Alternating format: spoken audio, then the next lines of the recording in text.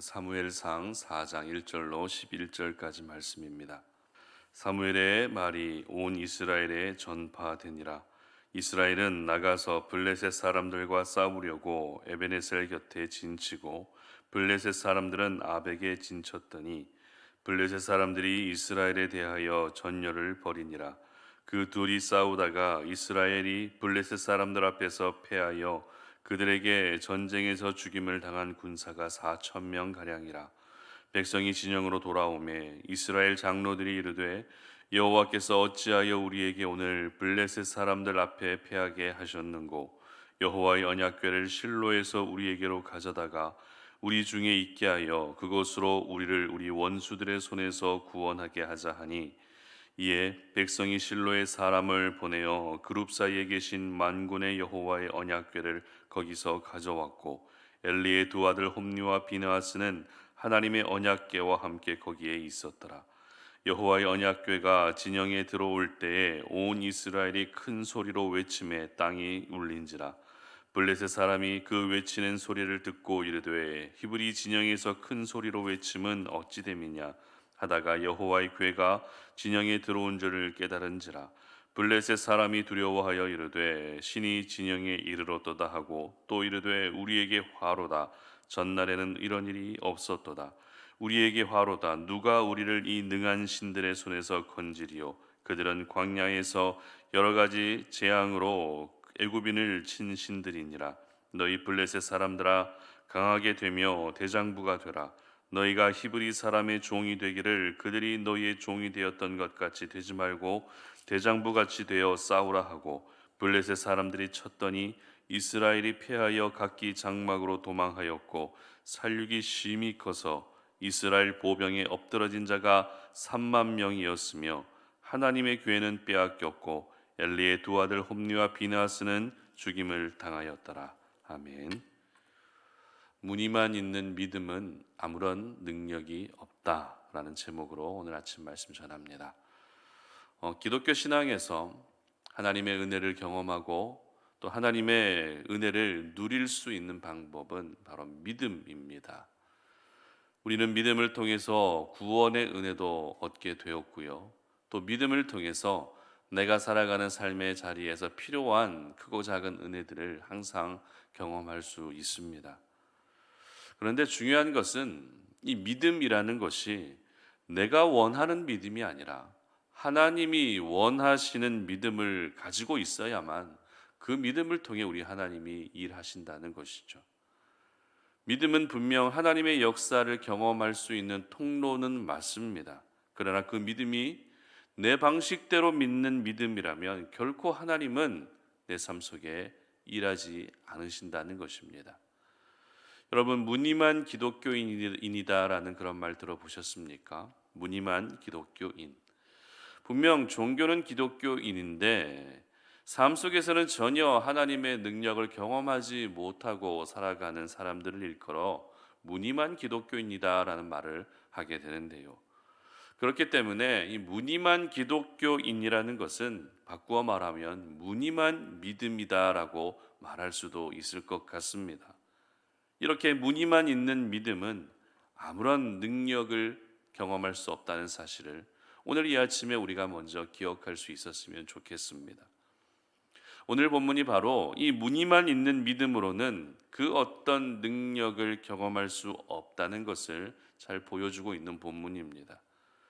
오늘 본문이 기록되고 있는 사무엘상 4장 말씀은 이스라엘 역사상 최악의 영적 내리막길을 향해 내려가고 있는 이스라엘의 모습을 기록하고 있습니다. 왜냐하면 블레셋과의 전쟁에서 이스라엘은 대패하게 되고 이 과정에서 언약궤를 블레셋 사람들에게 빼앗기고 말기 때문입니다. 뿐만 아닙니다. 제사장 홈니와 비느하스도 죽게 됩니다. 그리고 이 일로 인해 홈니와 비느하스의 아버지인 엘리 제사장마저 죽게 되기 때문입니다. 이러한 영적 내리막길을 내려가고 있는 이스라엘의 모습에 대해서 성경은 그 유명한 말씀인 이가봇, 하나님의 영광이 떠났다라는 단어로 이 시대 상황을 표현하고 있을 만큼 사무엘이 이스라엘의 지도자가 되기 직전의 이스라엘의 모습은 그야말로 최악을 향해 달려가고 있었던 것입니다. 그 중에서 오늘 말씀은 영적 내리막길의 첫 출발점이라 할 수 있는 블레셋과의 전쟁을 다루고 있는 오늘 본문을 우리가 보게 되는 것이죠. 여러분, 사사기에 기록되어진 12번째 사사인 삼손을 여러분 모두 기억하고 계실 것입니다. 삼손이 활동했던 시기에 이스라엘을 괴롭게 했던 이방 민족이 어떤 민족이었죠? 바로 블레셋 민족이었습니다. 그러나 삼손이 사사로 활동하던 그 시간만큼은 20년이라고 하는 그 시간만큼은 평안의 때가 이스라엘 백성들에게 찾아왔습니다. 그런데 그동안 잠잠하던 블레셋이 다시 이스라엘을 향해 칼을 빼고 있었던 것입니다. 이스라엘을 다스리는 지도자인 엘리 제사장이 있었지만 엘리 제사장은 깨어있는 지도자가 되지 못했습니다. 그렇기 때문에 지금 이스라엘은 무늬만 지도자, 무늬만 제사장, 무늬만 사사인 엘리 제사장이 있을 뿐 사실상 영적 지도자는 없는 상황이라 해도 틀리지 않을 것입니다. 이때 마침 블레셋이 공격해 온 것입니다.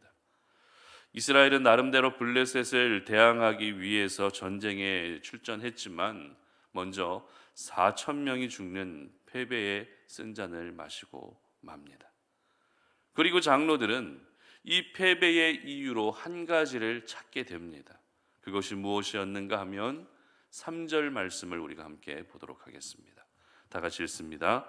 백성이 진영으로 돌아오매 이스라엘 장로들이 이르되 여호와께서 어찌하여 우리에게 오늘 블레셋 사람들 앞에 패하게 하셨는고 여호와의 언약궤를 실로에서 우리에게로 가져다가 우리 중에 있게 하여 그것으로 우리를 우리 원수들의 손에서 구원하게 하자 하니. 아멘. 바로 여호와의 언약궤를 전쟁에 가지고 가지 않았기 때문에 패했다는 것입니다. 여러분 어떻게 생각하십니까? 여호와의 언약궤를 전쟁에 가지고 가지 않았기 때문에 졌다라고 하는 이들의 생각이 옳은 생각입니까? 아니면 옳지 않은 생각입니까? 참고로 여호와의 언약궤는 하나님의 임재를 상징하는 것입니다. 그렇기 때문에 이들의 생각이 틀린 것은 아닙니다. 그런데 여호와의 언약궤를 가지고 오고 나서 결과를 보면 어떻죠? 10절과 11절의 기록도 우리가 함께 읽어봅니다. 시작. 블레셋 사람들이 쳤더니 이스라엘이 패하여 각기 장막으로 도망하였고 살육이 심히 커서 이스라엘 보병에 엎드린 자가 3만 명이었으며 하나님의 궤는 빼앗겼고 엘리의 두 아들 홈니와 비나스는 죽임을 당하였더라. 자, 어떻습니까? 이전보다 더 큰 피해를 입고 마는 것이죠. 이전보다 비교할 수 없는 큰 피해를 입으며 전쟁에서 패하게 됩니다. 언약궤를 빼앗깁니다. 홈니와 비느하스까지 죽임을 당하는 이스라엘 백성들 가운데에서 절대 일어나면 안 될 일이 일어나고 말았던 것이죠. 여러분 이상하지 않으십니까? 하나님의 임재를 상징하는 언약궤를 가지고 출전했다면 이기는 것이 당연한데 결과는 완전한 패배였다는 것이 이상하지 않으십니까? 가나안 땅을 정복할 때만 해도 여호수아는 여호와의 언약궤를 앞세워 모든 전쟁에 임했고 그 결과 승승장구하며 가나안 땅을 정복했습니다. 그런데 왜 오늘 본문에서 이스라엘은 여호와의 언약궤를 앞세웠음에도 불구하고 이와 같은 처절한 패배를 겪어야 했던 것일까요? 그 이유는 이스라엘 백성들의 믿음, 이스라엘 백성들의 신앙이 무늬만 있는 신앙이었기 때문입니다. 무슨 말입니까? 여호와의 언약궤를 앞세워 전쟁에 나가게 되면 이길 수 있다는 생각은 이론적으로는 맞습니다. 그러나 문제가 무엇이었는가 하면 언약궤 그 자체의 신비한 능력이 있다고 여긴 것이죠. 이것은 마치 십자가 그 자체에 어떤 신비한 능력이 있다고 믿는 것과 틀리지 않습니다. 여러분, 십자가에 신비한 능력이 있습니까? 그렇지 않습니다. 십자가의 능력이 있는 것이 아니라 십자가에서 모든 죄와 사망을 이기신 우리 예수님에게 능력이 있는 것입니다. 마찬가지입니다. 언약궤 그 자체의 능력이 있는 것이 아니라 하나님에게 모든 능력이 있는 것입니다. 하지만 이스라엘은 하나님을 앞세운 것이 아니라 상징에 불과한 언약궤를 앞세우는 무늬만 있는 믿음으로 전쟁에 나갔던 것이죠. 그 결과 심각한 패배를 입고 말았던 것입니다. 여러분, 여호와의 언약궤만 있으면 이길 수 있다고 여기는 믿음은 무늬만 있는 믿음일 뿐입니다. 우리에게 승리를 주시는 것은 언약궤가 아니라 바로 하나님이라는 것이죠. 그러므로 우리가 하나님과 동행하고 그 하나님을 매 순간 의지하며 살아가는 그 믿음이 우리로 하여금 진정한 승리를 경험하게 하는 것입니다. 특별히 7절 말씀 보시기 바랍니다. 블레셋 사람이 두려워하여 이르되 신이 진영에 이르렀도다 하고 또 이르되 우리에게 화로다 전날에는 이런 일이 없었도다. 자, 여호와의 언약궤가 이스라엘 진영으로 들어오는 것을 보면서 블레셋 사람들이 보인 반응인데요. 오히려 블레셋 사람들이 언약궤가 들어오는 것을 보면서 어떻게 생각하고 있습니까?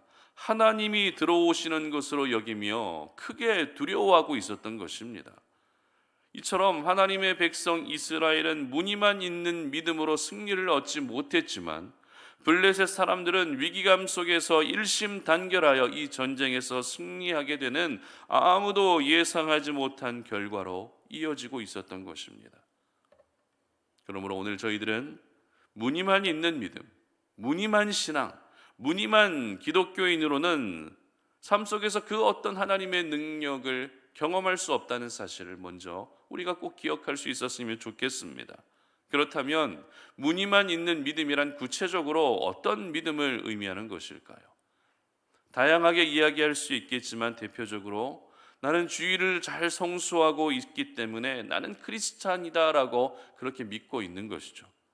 나는 교회 안에서 이 정도 봉사를 하고 있으니 그래서 나는 믿음의 사람이라고 스스로 여긴다는 것입니다. 그리고 하나님을 섬기는 이유가 복받고자 하는 목적으로만 섬기고 있다면 그것은 무늬만 있는 믿음에 불과한 것입니다. 물론 우리가 주의를 성수하면서 하나님을 예배하고 교회를 섬기는 봉사의 역할을 감당하는 것이 참 중요합니다. 그리고 그렇게 신앙생활하면서 하나님이 부어주신 은혜와 축복을 누리는 것도 참 중요합니다. 그러나 우리가 필요할 때만 하나님을 찾고 하나님의 말씀에 내 삶을 맞추는 것이 아니라 내 삶의 패턴에 하나님을 강제로 맞추려고 하고 나의 필요와 만족을 따라서만 신앙생활하고 있다면 그것은 모두 무늬만 있는 믿음일 가능성이 굉장히 크다는 것입니다. 안타깝게도 이렇게 무늬만 있는 믿음으로 사는 분들이 생각보다 많은 것 같습니다. 무늬만 있는 믿음은 종교인일 뿐입니다. 선택받은 이스라엘 백성들도 무늬만 있는 믿음으로 패배의 고통을 겪었는데 이 이스라엘의 모습이 나의 모습이 아니라고 우리는 장담할 수 없는 것이죠. 여러분, 무늬만 있는 믿음으로는 결코 하나님의 능력을 경험할 수 없습니다. 무늬만 있는 신앙으로는 그 어떤 하나님의 능력이 나타나지 않는 것입니다. 그러므로 오늘 이 아침 여러분의 믿음의 모습들을 돌아보셔서 여러분의 믿음이 무늬만 있는 믿음이 되지 않게 하시기를 바랍니다. 어떤 상징이 중요한 것이 아니라 하나님 그 자체가 중요한 것입니다. 그렇기 때문에 오늘도 우리는 언약궤를 보는 것이 아니라 하나님을 봐야 하는 것이고 하나님을 의지할 수 있어야 하는 것입니다.